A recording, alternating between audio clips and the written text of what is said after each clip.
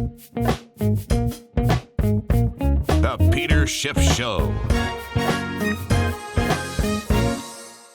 Today, the Federal Reserve did exactly what everybody expected that they would do. They once again raised interest rates by just 0.25%.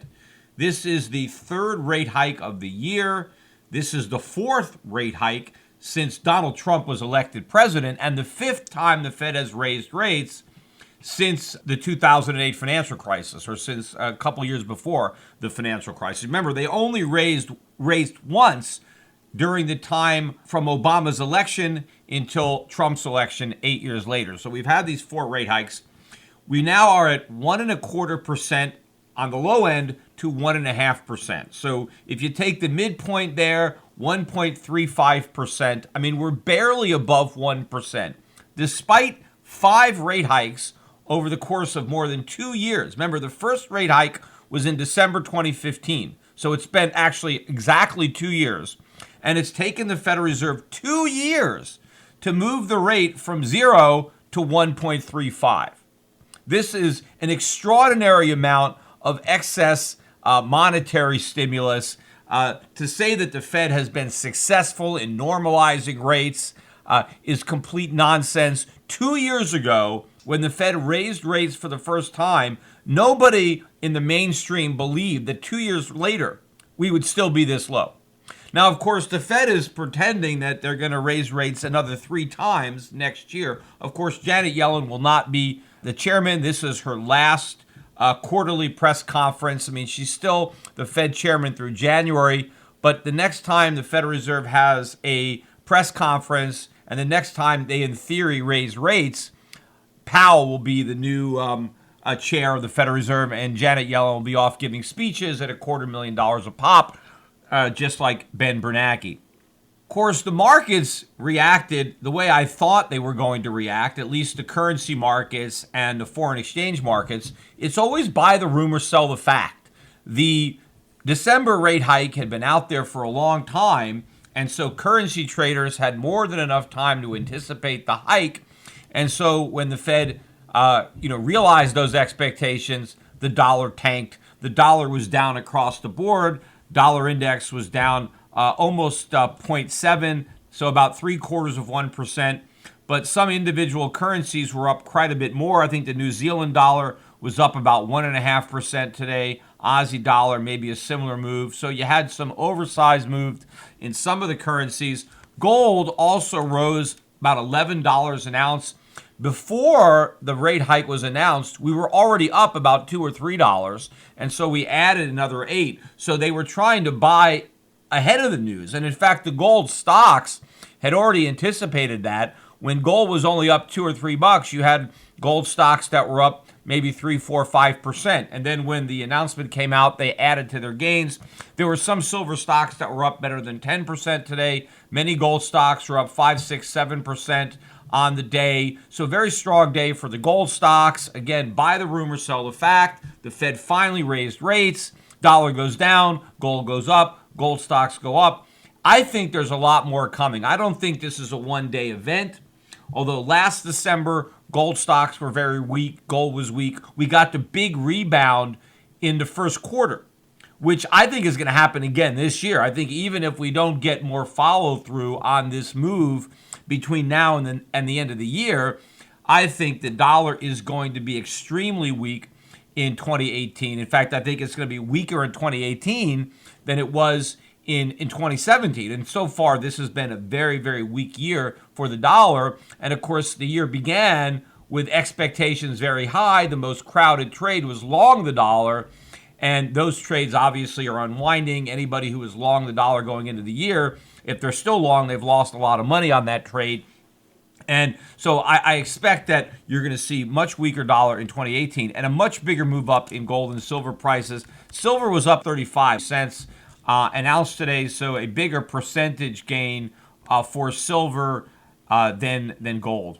Of course, the most interesting part of the Fed's announcement is always the press conference that follows. And I listened to most of the press conference. And, the most interesting thing about it is Whenever Yellen was asked about inflation or whatever she opined about inflation and what the Fed's concerns might be, the only concern that she ever expresses is that inflation may stay too low. And in fact, that's the only question she gets about inflation. Nobody asks her, hey, what if inflation is higher than you think? It's always, what if it doesn't get to 2%? Even though, of course, it's already well above 2%, but everybody wants to pretend it's not. And so the questions are, what if it takes longer to get to 2%? Are you concerned it might not get to 2%? And the answers are, well, we think it will get back there. But, yes, we recognize it's a risk, that maybe it won't. Right? It never dawns on anybody to actually consider the real risk. The real risk is not that inflation stays below 2%. I mean, that's the ideal situation for the Fed. The risk for the Fed is that inflation goes to 3% or 4%. But that possibility isn't even discussed. I mean, I know why, because they can't deal with that. Because what would they do? And I wish somebody would ask Yellen, what is your plan? What are you going to do if inflation surprises you by spiking up? What if it jumps up to 3 or 4%? What's she going to say? Oh, we're going to slam on the brakes? We're going to jack interest rates way up? What's going to happen to the stock market? What's going to happen to the bond market? What's going to happen to the economy? In fact, Steve Leisman asked her a question about the elevated level of the stock market, about how the stock market's going up every day, 100 points a day. And he asked her, are you worried about this? Does this concern the Fed, right? That you have these elevated asset prices and, they might come down. And basically, she told him that, no, the Fed's not worried at all. She said, not only do we not see any flashing red lights, we don't even see any flashing orange lights, right? There's nothing to worry about. And she specifically said that this is very different than it was last time, right? This time it's different because she said last time when we had an elevated stock market or real estate market, it was because we had too much credit. We had too much debt. But that we don't have that today, that we don't have excessive debt this time, like we said last time. I mean, is she kidding me? We actually have more debt. We're more deeply indebted now. This is a bigger bubble, right, that has been fueled by even more cheap money. I mean, the Fed is force-feeding cheap money into the economy. Interest rates now are still 1.3%. We've been going on a borrowing binge. Corporations are levered up. They've been buying back stock. Consumer debt is at all-time high. Credit card debt, auto debt, student debt. Government debt is exploding. The national debt is twice as big as it was when we had the 2008 financial crisis. And Yellen is saying that there's nothing to worry about because there's no debt, because there's no excessive borrowing. And on top of all that, we're about to pass tax cuts, which she acknowledged is going to make the debt problem even worse. I mean, she did say that she's worried that we have too much debt, and she's bothered by the fact that we're about to make that problem worse. But, also interesting, Yellen was asked if she thinks that, we're going to get the 4% growth that, the Republicans are talking about. And she said, well, it would be very hard to get that much growth. But the Fed is increasing their growth estimates because of the tax cuts by about 40 basis points. So if the Fed thought the economy was going to grow at 2.1% without the tax cuts, the Fed believes that will grow at 2.5% with the tax cuts. So they are giving the tax cuts the benefit of some extra economic growth. But that small amount of economic growth is not nearly as much to produce the revenue that they would need to hold down the big impact that the tax cuts are going to have on the deficit, right? So what the Fed believes is different than what, the president or Congress are telling us that we should believe. But what's interesting is that Yellen and her cronies over at the Fed, they are assuming that we get extra growth from the tax cuts, but they're not assuming that as a result of the extra growth, that interest rates are going to be higher than they otherwise would be, or that inflation is going to be higher. So in other words, these, Keynesians, these, Phillips curvers at the Fed are willing to accept the fact that we're going to have higher economic growth, but that economic growth is going to have no impact on inflation. It's going to have no impact on interest rates. In fact, one of the things the Fed watches are wages, because the Fed thinks that higher wages cause higher inflation. And here you have the Republicans saying that all these tax cuts are going to produce higher wages, which the Fed obviously would believe would bleed into the CPI through the wage price spiral. Yet the Fed is not worried that these higher wages are going to have any impact on inflation or any impact on interest rates, which shows you how ridiculous the whole thing is, because the Fed is afraid to indicate to the market that it thinks we're going to have higher inflation. It likes the market worrying about inflation being too low because the Fed is scared shitless about inflation being too high or about people figuring out how high inflation is. So this is their ruse, right? If you're really worried about inflation being too high, what do you want to talk about? Well, it being too low, right? You want to take the market's attention away from your real concern by creating a straw man, phony concern that is not really a concern at all. I mean, how is the Fed going to be hurt if inflation stays at 1%, at least according to the CPI? That's a dream for the Fed because now they can keep on printing money, they can keep interest rates low, and they can postpone having to deal with the consequences of the massive bubble that they've blown in everything, right? So that's the best case scenario.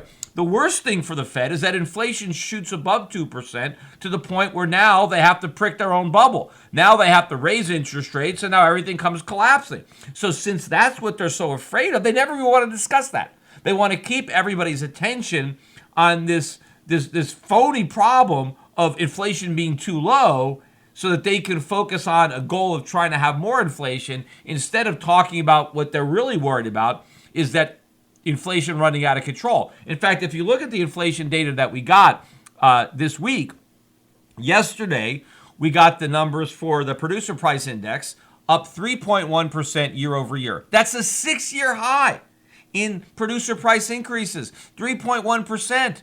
And the Fed is talking about we're worried that we might not get back up to 2%. Producer prices are already at 3.1%. That's 50% faster than 2%.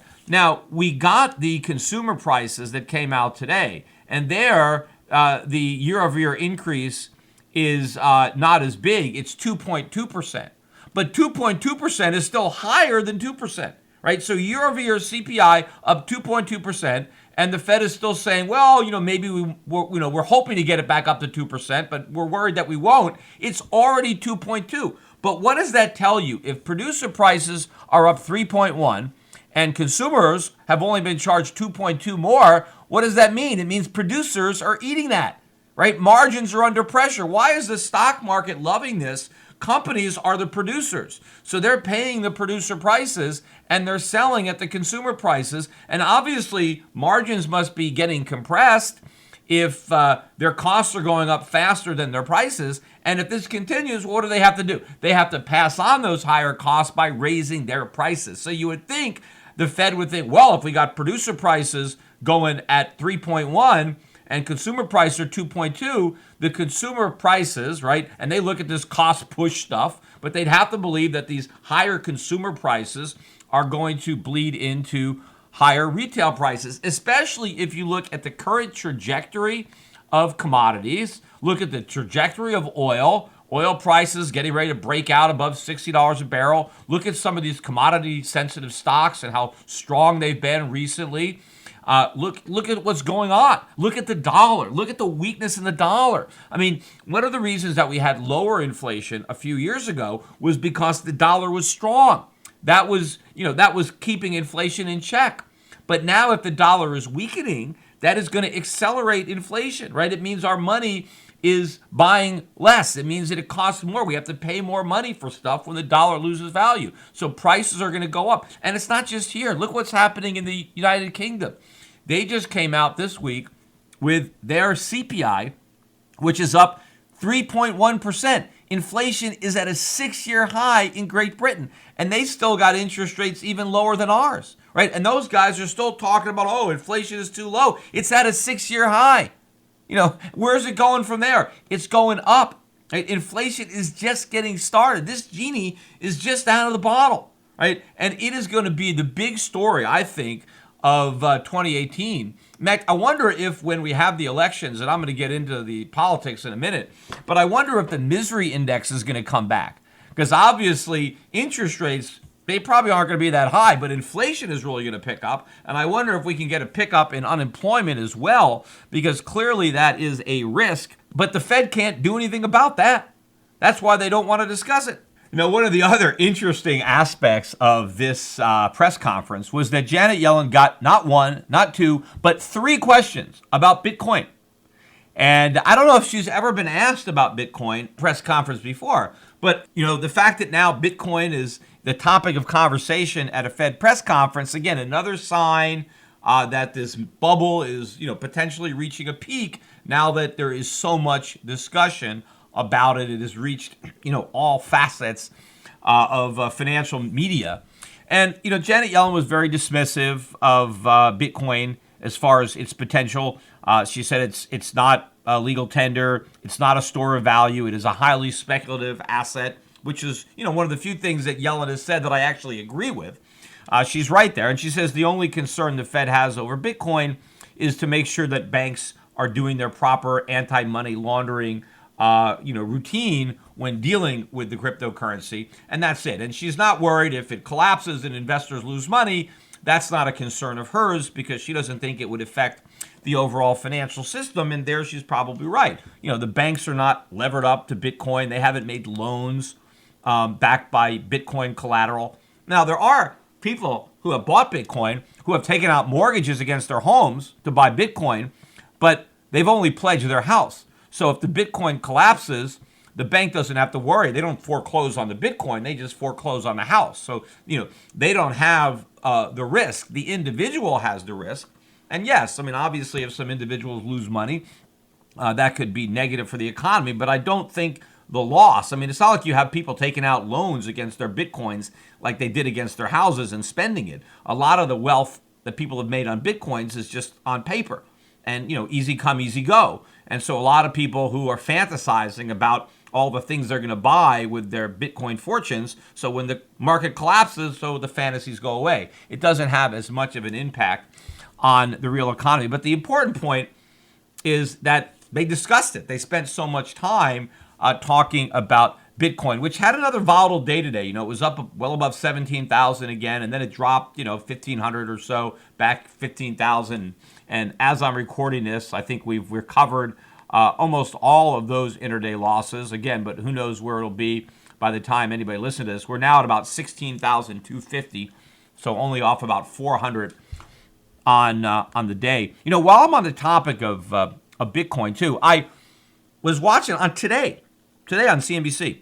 I was watching a woman who was on the board of Coinbase, which is one of the big exchanges for Bitcoin, and she also happened to work for the government, for the Justice Department in the enforcement coordinator for Bitcoin, right? So they've got an entire division at the Justice Department dealing with cryptocurrencies and Bitcoin.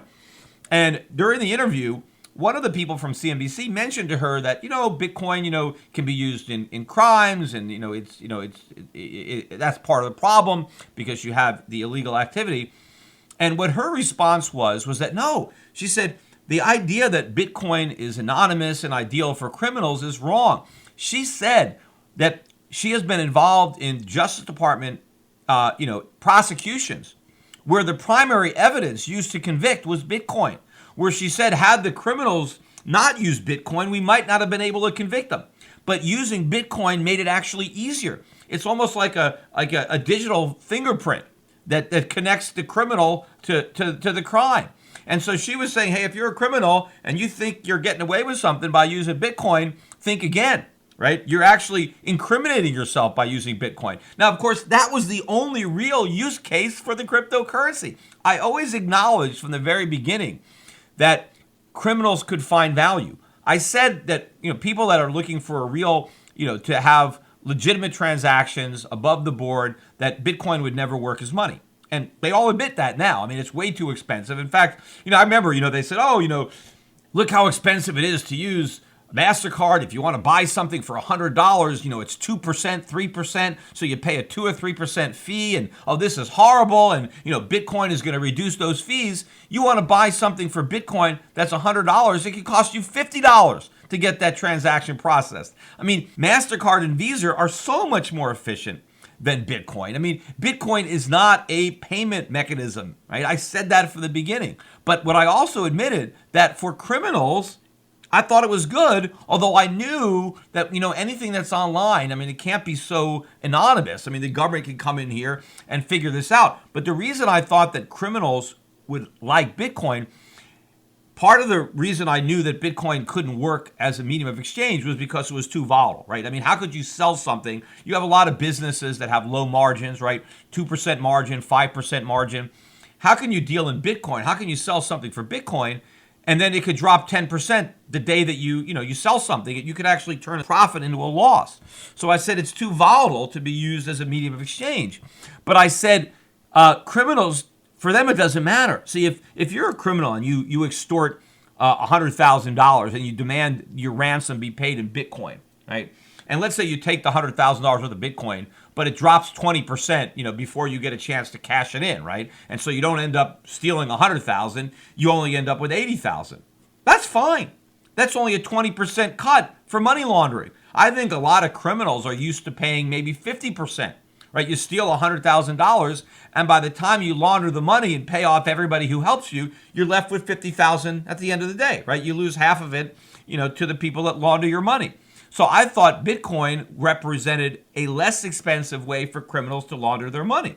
But if it actually incriminates them, if it actually makes it easier for law enforcement to prosecute them, then well, there goes your use case for Bitcoin. But this woman was still trying to talk up Bitcoin because, she's again trying to get the institutions involved. And this is the higher layer of the pyramid, right? Because the initial adopters, the way you got them to get in was, this is decentralized, this is outside of the government, this is an alternative currency. We're gonna take down the central banks. This is gonna be this new thing. It's unregulated. The government's not involved. There's no futures contracts. I remember people were telling me, I don't want to buy gold because they have futures contracts on gold. I mean, people can manipulate it. I want to buy Bitcoin because there are no futures contracts. Well, now they're saying buy Bitcoin because there's a futures contract.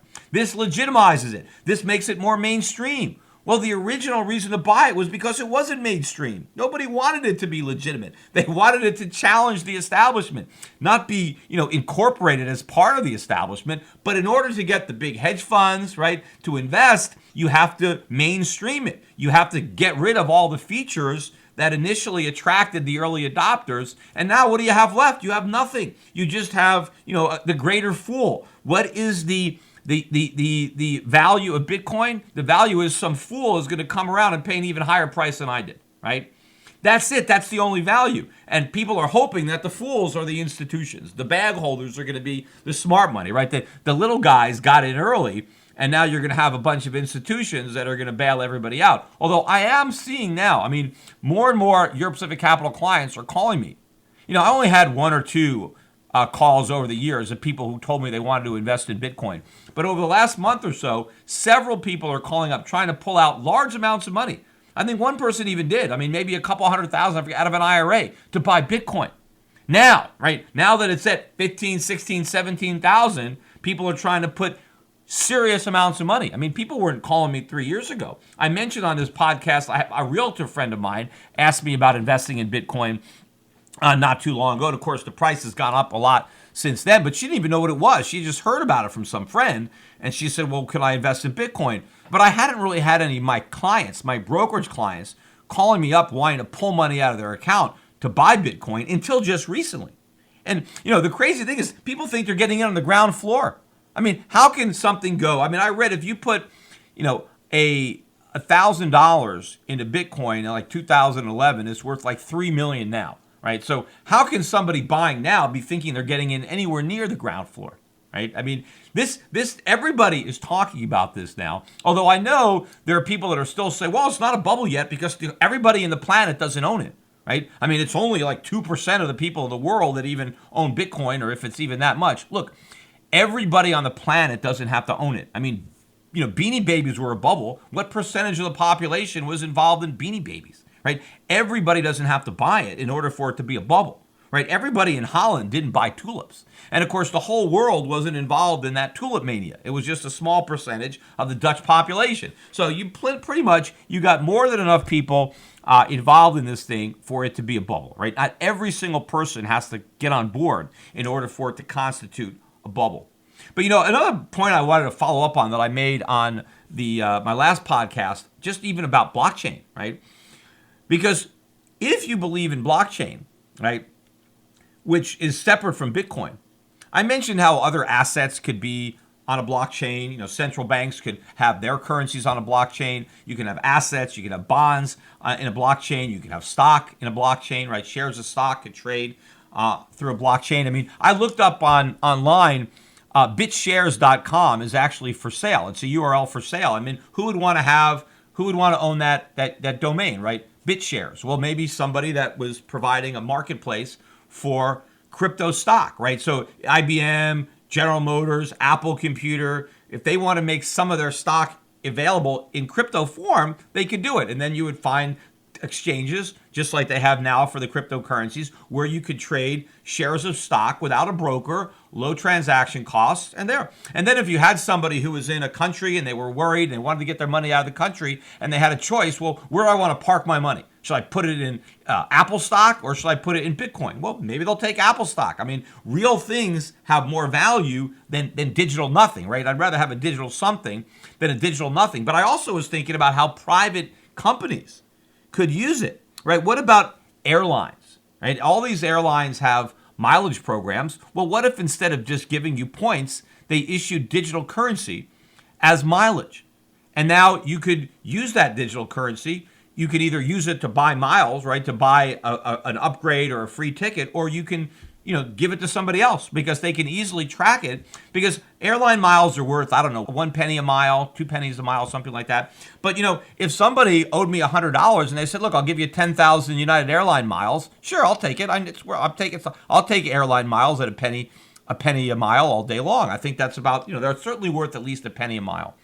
And so, yeah, you could put airline miles and everybody could just have an account and you would just own a cryptocurrency that was a United Mile or an American or a Delta, and there you could trade them. There could be a market. Same thing with gift cards. All these companies come out with gift cards. I read how some criminals, drug addicts, are actually using gift cards as a currency to buy drugs. Well, instead of issuing a gift card, a company could just have its own blockchain and it could issue digital currency instead of a gift card. So instead of having a gift card for $100, I had, $100 worth of a digital currency of a particular department store. And now I own that and I can either spend it myself or I can go to the store and I can spend the $100 of digital currency, or I can give it to somebody else who knows its value. Hey, I've got some digital currency for Macy's. I've got Macy's coin. I got $100 worth of Macy's coin. I can, give it to somebody who knows that, well, even if I don't shop at Macy's, I know that Macy's is there and I can take the money and buy whatever I want. So all of these private businesses can come up with digital currencies that anybody can buy all over the world. I mean, even if you live in an area where there are no Macy's stores, somebody, it's worth something because Macy's there. And of course, unless Macy's goes out of business, that's your counterparty. Or if you have the mileage from an airline, and the airline goes out of business, but of course you have that risk anyway by having a mileage account. I mean, an airline can go out of business and then you've lost the value of your mileage. So the key is, you don't want to save it forever. I mean, you'd get the miles and you'd pass them on to somebody else or you would spend them. But all of that could work, right? That's all that those are some of the things that can happen because of blockchain. But the one thing blockchain doesn't need is Bitcoin. And I find it extremely interesting that all the features that initially attracted people to Bitcoin have now been abandoned. And the only one left is that it's digital gold because it always goes up. Even though there's nothing that you could use it for because it has no actual use, criminals can't use it, honest people can't use it, but you can hold on to it because everybody's going to want to buy it because it's always going to go up. And again, that's the whole argument. Although I don't want to make this podcast too much about Bitcoin. And let me finish up by talking about politics because we had a big political earthquake last night, and I had a feeling that this upset was in the making. I never really talked about it, but Doug Jones beat Roy Moore in the Alabama Senate race. And Alabama, of course, is a real red state. I think Trump won maybe, 70% of the vote in Alabama, and Trump personally campaigned for Moore. He said he didn't believe the allegations. Of course, Trump really has to stand by Moore because, he's got the same problem, right? He's got a bunch of women who have made allegations against him, and he says that those women are lying. So, if those women are lying, he's got to be consistent. He can't say that the women that are alleging, sexual impropriety for me, they're lying, but when they're saying something similar about somebody else, they're telling the truth. So either you they're lying or they're telling the truth. So Trump is taking a consistent approach there, and all these women are lying, whether they're saying things about me or whether they're saying things about Roy Moore. And so Trump went down there and campaigned for him, yet he still lost. Now, a lot of people think this is not significant. Well, because, he only lost because of these allegations. And that's true, all right? Without that, right, if this wasn't part of it, he would have won. But the fact that he could lose in such a Republican state, I mean, you could think, okay, he's not going to win by as wide a margin as he would normally have won. But the fact that he actually lost, to me, shows that there's more going on than just these allegations. And even if these allegations weren't there, I bet Roy Moore would have won, but by a much smaller margin than Republicans would have believed. Because this is just not the only issue that's going on. Trump is very unpopular, right? His popularity is about as low as it's been. He's been president for over a year, and while there's a bunch of optimism, nothing has really changed, right? Businesses are still optimistic, consumers are optimistic, but things have not actually gotten better in the real economy. And I think people are already getting frustrated, and their frustrations are going to mount even more next year. And this is going to be problematic for the Republican Party. First, look, they just lost the seat. So now their majority in the Senate is razor thin. It's 51-49. Now, yes, you can argue that in 2 years, when there's another election, Doug Jones is going to lose, right? Because now the Republicans are going to come up with a candidate who's not going to have all this baggage, and it's only going to last for 2 years. We'll see. We'll see. I mean, that might happen. But there could be a lot of other Republican seats that end up getting lost in 2018. Meanwhile, if they don't pass this tax cut before Christmas, the odds of actually getting it done drop sharply, because after the new year, Doug Jones is going to take his seat in the Senate. And I don't think they'll be able to pass it, because then they can only lose one Republican vote. And we know they've already lost one for sure. But I think there could be another 2 or 3 Republicans that end up not voting for this thing. And if that's the case, and you only got 49, even though you have the tie-break vote by Pence, this thing might not pass. Meanwhile, the market is not even considering this risk, right? The stock market did not sell off at all as a result of the Doug Jones win and the Roy Moore loss, even though it puts into question and into jeopardy not only the tax cuts, but the Republican agenda and the Republicans' ability to maintain the majority in Congress. They could easily lose that in 2018. And again, if the economy does what I think it's going to do, and the Democrats take the White House in 2020, then forget, these tax cuts are all gone. The first thing they're going to do is raise taxes. Now, I know there are people that are saying, oh, the Democrats, they don't want to jack up taxes. And they talk about, hey, Obama didn't raise them that much. And he even thought about lowering the corporate tax. The Democratic Party is very different. This is the Bernie Sanders party. And that Bernie Sanders party is going to get bigger. Even if Bernie Sanders is not leading the charge in 2020, it will be somebody that Bernie Sanders anoints, right? It's going to be somebody that Bernie Sanders puts his seal of approval on. This is not your father's Democratic Party. This is a very liberal Democratic Party. I think the Democratic Party is going to move as much to the left as the Republican Party moved to the right when it elected Ronald Reagan. I've said this before. Donald Trump is Jimmy Carter, only reverse. And when Jimmy Carter inherited a lousy economy from Ford Nixon, and they were the Rockefeller Republicans, and he promised to turn everything around as an outsider, as a peanut farmer, and when it all blew up on his watch, the country went back to the right, except they went way right. They went all the way to Ronald Reagan, who was kind of a Barry Goldwater kind of Republican, right? It was a huge turn to the right. This is going to be the opposite. You have Donald Trump as a Republican inheriting a lousy economy, really, from 8 years of Obama, promising to make America great again. It's going to fall apart on his watch. Believe me, these tax cuts are going to get blamed, right? If we cut taxes for corporations and rich people, and then the economy tanks into a recession and the deficits blow up, they're going to say, I told you so. We didn't vote for that. They're going to claim that the economy was great, that Obama handed over a pristine economy to Trump, and He went right back to what Republicans always do, cut taxes on the rich, special interest for big corporations, plunged us into another crisis, and now we go hard left. We go way beyond where Obama was into Bernie Sanders land.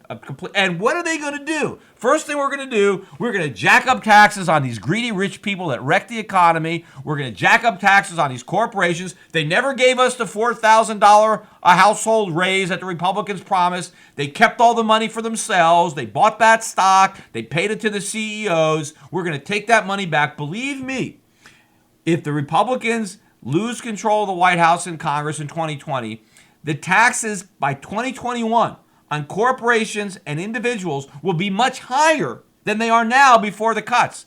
But you know what's not going to come back? The deductibility of state and local taxes. See, now that the Republicans have, I mentioned this before, they have taken the bait. Right? The Democrats never could have got away with doing this, but the Republicans are doing it. But believe me, when they jack up taxes, when they take the marginal tax rate up to 50% or 60%, they are not going to restore the deductibility of your state and local income taxes. So it's going to be a double whammy. Remember what I said about the camel's nose under the tent. Once you make that mistake, that's it. And this time, it's the Republicans that have taken the bait. They've done this. The Democrats are happy about this. Believe me, they want to soak the rich. They're just happy to have the Republicans pour all the rain. Right? They get all the blood on their hands. But believe me, once they're in power, they are not going to cut taxes on the rich, even the rich people in their own state. Because you know what? They don't care about that. Right? Yeah, they're going to have some special tax breaks in for their donors, but they're happy to soak the rich, even if the rich live in their own state.